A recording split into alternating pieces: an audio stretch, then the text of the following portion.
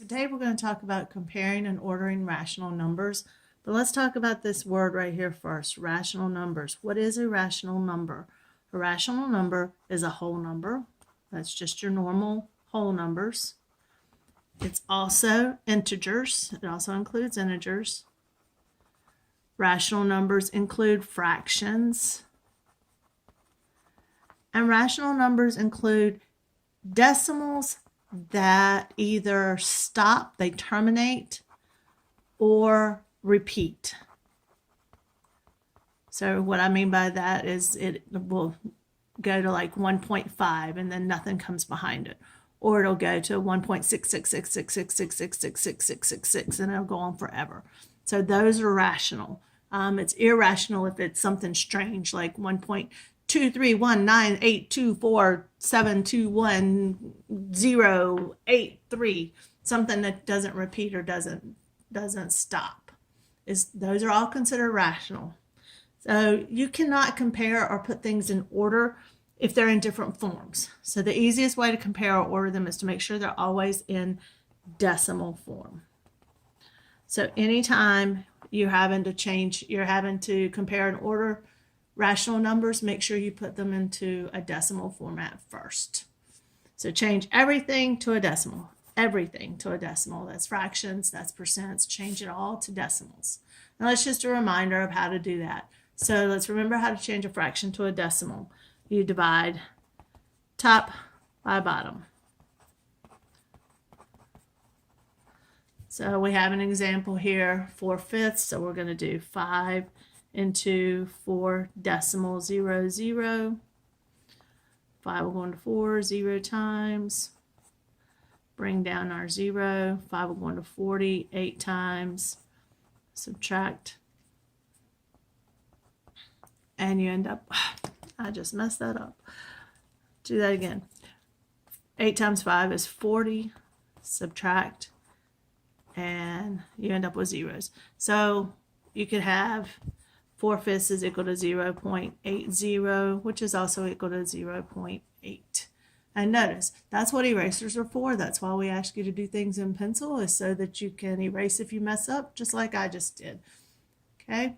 All right, changing an improper fraction to a decimal. You still do the same thing. Divide the top by the bottom. So on this one, we're going to put 5 into 12.00. 5 will go into 1, 0 times. Bring down my 2. 5 will go into 12, 2 times. Bring down my 0. 5 will go into 20, 4 times. And 5 will go into 0, 0 times. So you end up with 2.40, which is the same thing as 2.4. So 12/5 is 2.4. A mixed number, change to a decimal.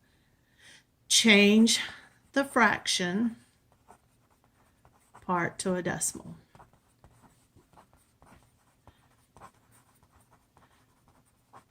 Change the fraction part to a decimal, and then put the whole number in front of the decimal.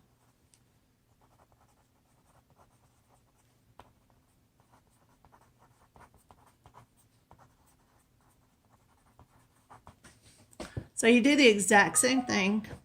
We're going to do, that's 3/5, so we're going to do 5 into 3.0. But instead of doing, well, let's go ahead and just divide it out. 5 into 3 is 0.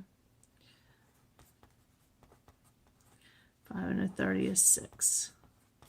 And we end up with 0.6. But we're going to take away this 0 and we're going to put the 4 in place of it. So it's 4.6. So all you do is take away the 0 that's in front and put the whole number in front of it. And then when you change your percent to a decimal, you move your percent 2 places. Move your decimal 2 places to the left. 2 places to the left. So we have 7%. Drop our percent sign. Our decimal's behind it because there is no decimal. Make 2 hops. 1 hop, 2 hops, and you end up with decimal 0.07, and we just put a 0 in front. And we end up with decimal 0.07. You've got, sometimes you have to compare them. That one, those you're just making sure we remember how to do it. So sometimes you compare them. So you line up your decimal. So you got to change it to a decimal first. So we have 1/4. So we're going to change 1/4 to a decimal. We're going to do 4 into 1.0.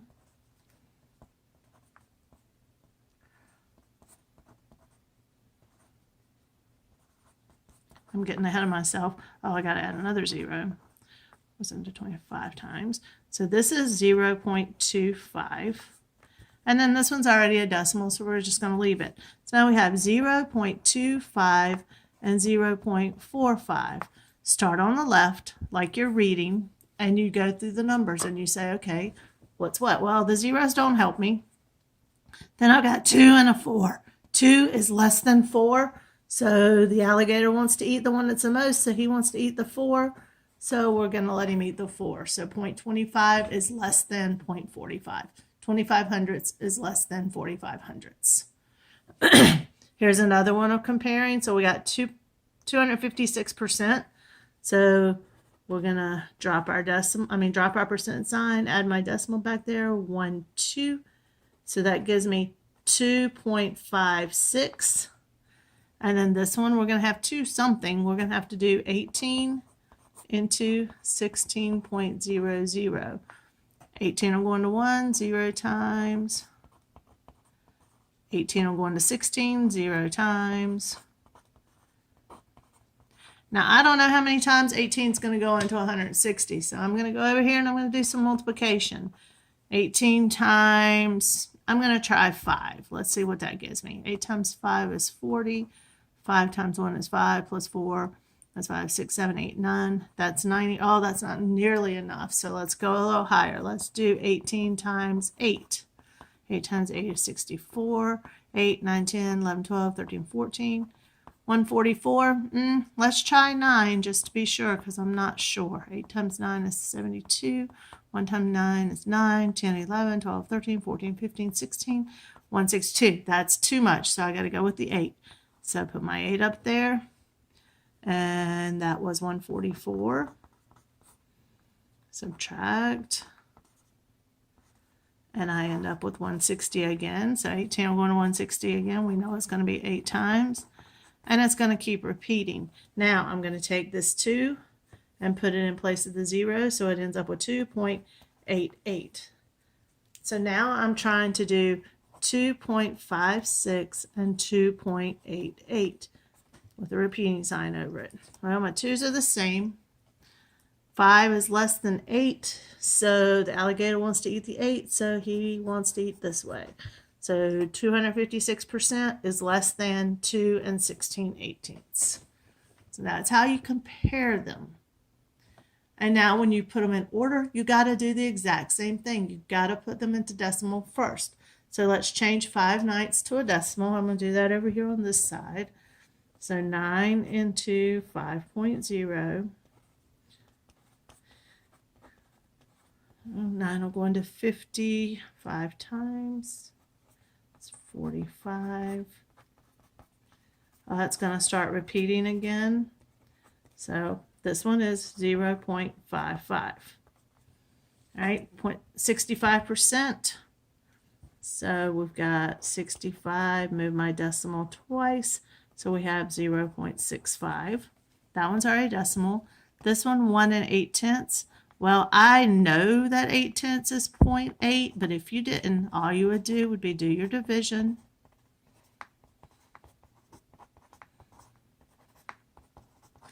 And then put your 1 in place of the 0. So it's 1.8.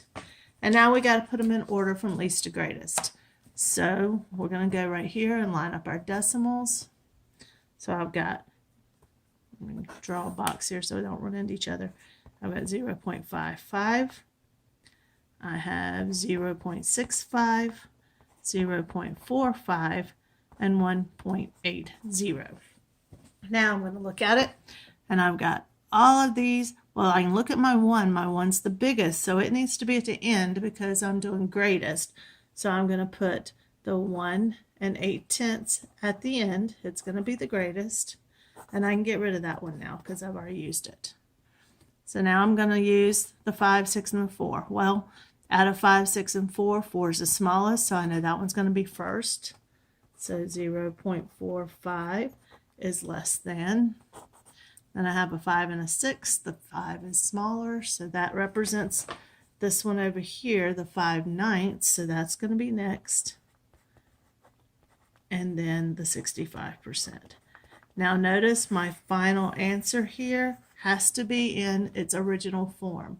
Yes, I changed everything to a decimal, but when I write my final answer, I have to put it back in its original form. If I had left them all as decimals, then it would be counted wrong on a test or something. So make sure you put them back in their original form. There's a page to do on the next page, so go ahead and do that, and then you can check your answers.